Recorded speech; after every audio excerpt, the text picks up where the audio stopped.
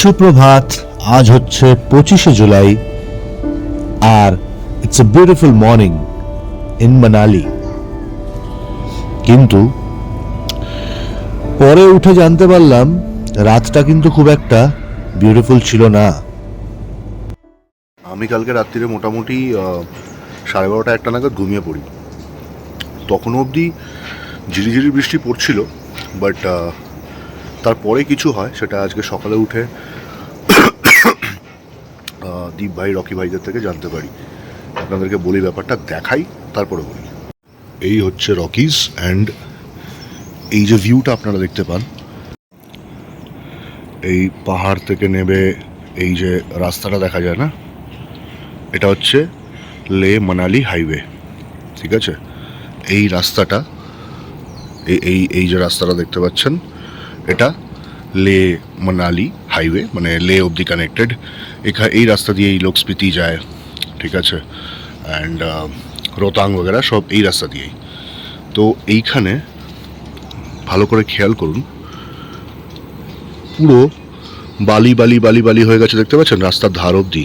কাল রাত্রিবেলা নদী ওপরে ওপরে কোথাও ক্লাউড বাস্ট হয়েছে, যে কারণে কালকে নদী অনেকটা ওপরে উঠে এসেছিল। মানে এই পুরো তটটা নদী পুরো মানে ওপরে চলে এসেছিল। নদীটা এই সময় একটা লিমিটেড স্পেস নিয়ে বয়ে চলে, বাট সেটা কালকে রাত্রিবেলা কিন্তু অনেকটা এক্সপ্যান্ড করে অলমোস্ট রাস্তার ধার অবধি চলে এসেছিল। অ্যান্ড মনে হচ্ছিল আরও ভয়াবহ কিছু সিচুয়েশন হতে পারে। আমি শুনলাম এখানকার লোকালসদের থেকে, সারা রাত এরা বাইনোকুলার দিয়ে চেক করছিল, বাট আজকে সকালবেলা থিংস আর নর্মাল। কিন্তু রাস্তা আগে কিছু জায়গায় ড্যামেজ হয়েছে, সেক্ষেত্রে আজকের জন্য বন্ধ রাখা হয়েছে। যদি কালকের মধ্যে থ্রু করে দিতে পারে দেখা যাবে, বাট এখনও পর্যন্ত জানমালের কি হানি হয়েছে সেটা জানা যাচ্ছে না। আরও বিস্তার জানলে আপনাকে জানাবো। কিছু ফুটেজ আমি পেয়েছি, এটা আসলে সোলাঙ্গের কাছে এই ব্রিজটা নদীর দাপটে ভেঙে গিয়ে বিশাল অনেক পাথর টাথর এসে জমে পড়ে আছে, রাস্তা বন্ধ। জানের তো কোনো হানি হয়নি, কিন্তু অনেক ফিনান্সিয়াল লস। যাই হোক, কি আর করা যাবে। তো এই রকিজের পেছন দিকে একটা জিনিস খেয়াল করলাম, এই রকিজটাই লাস্ট ক্যাফে ছিল, বাট এই রকিজের এই পেছন দিকের ওপর দিয়ে যে সিঁড়িটা চলে যাচ্ছে, একটা নতুন ক্যাফে তৈরি হয়েছে ওপরে। খুব একটা পপুলারাইজ না, বাট হয়েছে। এই রাস্তাটা সেই রাস্তাটা যেটা বহুদিন আগে রনিয়ন বাটি ওল্ড মানালির একটা ব্লগে হাঁটতে হাঁটতে এইখানে এসে শেষ পর্যায়ে এসে বলেছিল যে ব্যাস, that's it, that's where Manali, I mean old Manali ends. তো এই সেই সিঁড়ি, ওরা কি নাম দিয়েছিল এটার? Staircase to haven.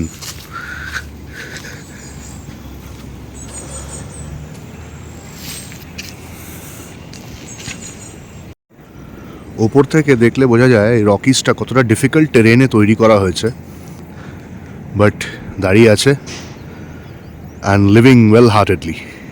সুন্দর দেখাচ্ছে এখান থেকে। একটু হাঁটতে বেরিয়েছিলাম, তো তার আগে ব্রেকফাস্টটা বলে গেছিলাম, তো ব্রেকফাস্টটা এরা অলমোস্ট রেডি। ফিরে এলাম, ভাবলাম ব্রেকফাস্টটা করে নিই। তো সকাল সকাল ব্রেকফাস্ট চলে এসছে, bread toast, eggs the way I like it, আর তার সাথে চা, jam, butter, and with a view. সকাল সকাল এরকম একটা ব্রেকফাস্ট পেয়ে গেলে কিন্তু দিনটা জাস্ট মাখন যায়। আজকে অনেক কাজ আছে, নিচে নিউ মানালিতেও যেতে হবে, তো চলুন ব্রেকফাস্টটা সারা যাক। এটা আমি অবজার্ভ করেছি বা দেখেছি, পাহাড়ে এসে অনেকেই না চান করাটাকে স্কিপ করে দেয়, বাট আমি সাজেস্ট করব পাহাড়ে যদি আপনি মনসুন বা সামার্সে এসে থাকেন, কোনো গিজার টিজারের জল না, এই ফ্রেশ যে ঠান্ডা জলটা আসছে ওটা দিয়ে স্নান সারুন সকাল সকাল, and then start your day. You'll feel fresher than ever. দারুণ লাগবে। অ্যান্ড ডেইলি চান করবেন। এটা জ্ঞান পাপির মতো ব্যাপারটা হলো, ওই হয় না সোশ্যাল মিডিয়াতে দেখায়, একদিন ওই ল্যাথখোর মানুষরা একদিন জিমে গিয়ে সবাইকে বলে তুই জিম ছাড়া কি করে থাকিস, সেরকমই জাস্ট ডিরেক্ট সূর্যের থেকে থাবড়া খেয়ে গরম লেগে 2-3 দিন চান করে মানালিতে লোককে জ্ঞান দিচ্ছি আমি। যাই হোক, সো বাট হ্যাঁ, অন আ সিরিয়াস নোট, মানে এই ঠান্ডা জলটায় স্নান করে কিন্তু বেশ ফ্রেশ লাগে। ওল্ড মানালিটা ঠিক যেন একটা পোয়েট্রির মতো, একটা হিপ হপ, একটা রকিং পোয়েট্রি। আর এই পোয়েট্রিটা পার করে আমরা এবার যাচ্ছি নিউ মানালির দিকে।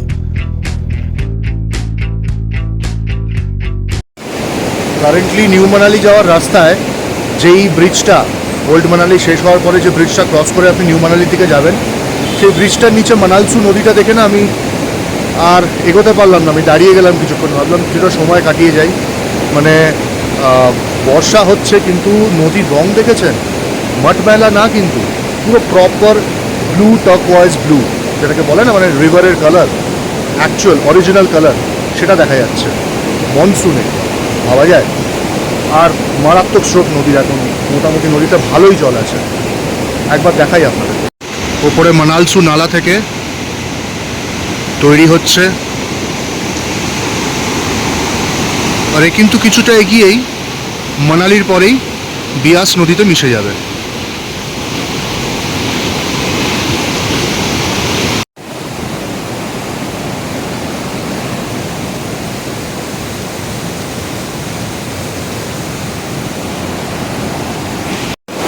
যদিও বা যথেষ্ট গরম আছে, কিন্তু এই মানালসু নালার কাছটা যখন এসছি না, মানে মানালসু রিভার, টু বি অনেস্ট, মানে খুব সুন্দর একটা নদীর সামনে না একটা আলাদাই ঠান্ডা, মানে বেশ গাটা হঠাৎ করে হিম হয়ে যাওয়ার মতো ঠান্ডা একটা হাওয়া দেয়, ওটা দারুণ লাগে। অপরূপ সুন্দর লাগছে এখন মানালসু রিভারটা। চলুন আর বেশি সময় নষ্ট না করে এগোই, খিদেও পাচ্ছে। কারেন্টলি মল রোডে এলাম, যেটা বলেছিলাম যে একটু ক্রেভিং হচ্ছে বাঙালি খাবার খাওয়ার, তো তাড়া করতে করতে চলে এসেছি মল রোডে। মল রোড কিন্তু মানে বর্ষাকাল যেহেতু, যেটা সিজন না, তো ফাঁকাই বলা যায়। দেখাই আপনাদেরকে আজকে একটু মল রোডটা। যেদিনকে এসেছিলাম সেদিনকেও দেখেছেন, আজকে একবার দেখুন। এই হচ্ছে কারেন্ট সিচুয়েশন মল রোডের।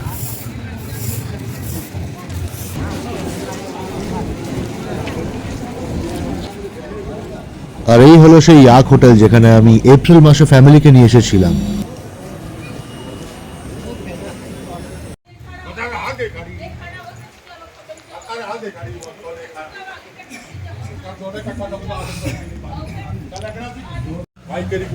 একটু দেরি হয়ে গেছে আসতে, যে কারণে মাটনটা তো শেষ হয়ে গেছে। চিকেন থালি বলেছি একটু, বাট ওই বাঙালি খাবার যেটাই হয় সেটা মাটন হলে অবভিয়াসলি অনেক বেটার হতো, but chicken is no bad. I mean Bengali খাবার মানালিতে পাওয়া ইটস রেয়ার থিং। তো চলুন খাবার খাওয়া যাক, আর তারপরে কথা হবে। ইউজুয়ালি ওদের খাবার ভালোই হয়, তো এটা নিয়ে আলাদা করে বলার কিছু নেই, বাট স্টিল দেখা যাক। আলু ভাজা, ভাত, আলু পোস্ত, ডাল, মাছের মাথা দিয়ে একটা সবজি, আর তার সাথে মুরগির মাংস 3 পিস, পেঁয়াজ, কাঁচা লঙ্কা আর পাতিলেবু। উফ, বাঙালির কি আর কিছু চাই একটা দুপুরবেলা? আমার তো মনে হয় না। অ্যান্ড খাবারের টেস্ট নিয়ে আর কি বলবো, এদের মানে পুরো বাড়ির মতো রান্না। মানে আমার I just feel like home. আমি এখানে যখন এসে খাবার খাই না, আমার অ্যাকচুয়ালি মনে হয় যেন বাড়ির খাবারের স্বাদটা, যেটা 2100 কিলোমিটার দূর, সেই স্বাদটা যেন আমি 2100 কিলোমিটার দূরে বসে ফিল করতে পারি। তাই এইখানে মানে মানালিতে এসে আমি একবার না একবার তো এখানে খাবার খাবোই খাবো। It's a must for me. আর মাংসের ঝোলে কিন্তু পাতিলেবুটা মাখতে ভুলবেন না। অ্যাজ ইউজুয়াল মানে টেস্টস লাইক হোম, যে কারণে দূর থেকে ভেঙে টেঙে আসা।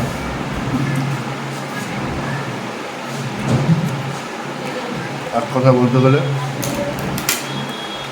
সকলটা সার্থক।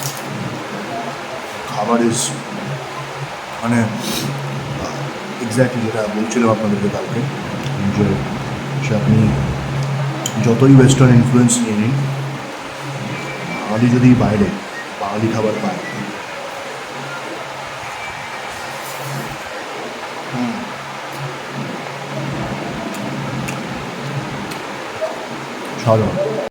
শান্তি ভোজনালয়তে এক পেট লাঞ্চ করার পরে না হাঁটার এনার্জি পেলাম না, তাই একটা অটো নিয়েই আমাকে রকিজের দিকে রওনা দিতে হলো। উত্তরাখণ্ড আর হিমাচল প্রদেশের পাহাড়ের মধ্যে একটা আমি ডিফারেন্স দেখতে পেলাম, যে উত্তরাখণ্ডে না পাহাড়ের মাঝামাঝি এই বুগিয়ালগুলো তৈরি হয়ে আছে, আর হিমাচল প্রদেশে কিন্তু পাহাড়ের টপে দেখতে পাচ্ছেন কিনা জানি না বুগিয়ালগুলো পাওয়া যায়। সাধারণত এই একটা ডিফারেন্স আমি দেখতে পেলাম। যা পাহাড় পর্বত এসব নিয়ে অনেক গবেষণা হলো, এবার একটু মাটিতে ফেরা যাক। রকিজে ফিরেছি, বেশ কয়েক ঘন্টা হয়ে গেছে, আর আজকে টেকনিক্যালি আমার রকিজের লাস্ট দিন। কালকে চেক আউট করে একেবারে রোতাং ভিজিট করে বাস ধরে দিল্লি ফিরছি। তো একটুখানি এনজয় ভাবলাম করাই যাক, তো একটু বিয়ার নিলাম, উইস্কি আমি নিজে ক্যারি করি, আর তার সাথে এই নাটিলা বানানা কাম লট অফ থিংস দিয়ে এই প্যানকেকটা যেটা বানানো না, দিস ইজ নেক্সট লেভেল। মানে আপনি জিনিসটা দেখেই বুঝতে পারবেন টেক্সচারটা এতটা থিক, মানে বলে বোঝাতে পারবো না। One of the best things that I have had in Rockies.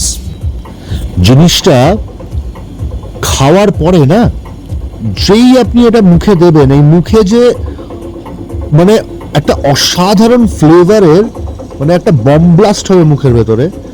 আপনার না সিম্পলি মানে কিছুক্ষণের জন্য মাথাটা ছিটকে যাবে, আপনার মনে হবে এটা কি খেয়ে নিলাম আমি, অসামান্য খেতে।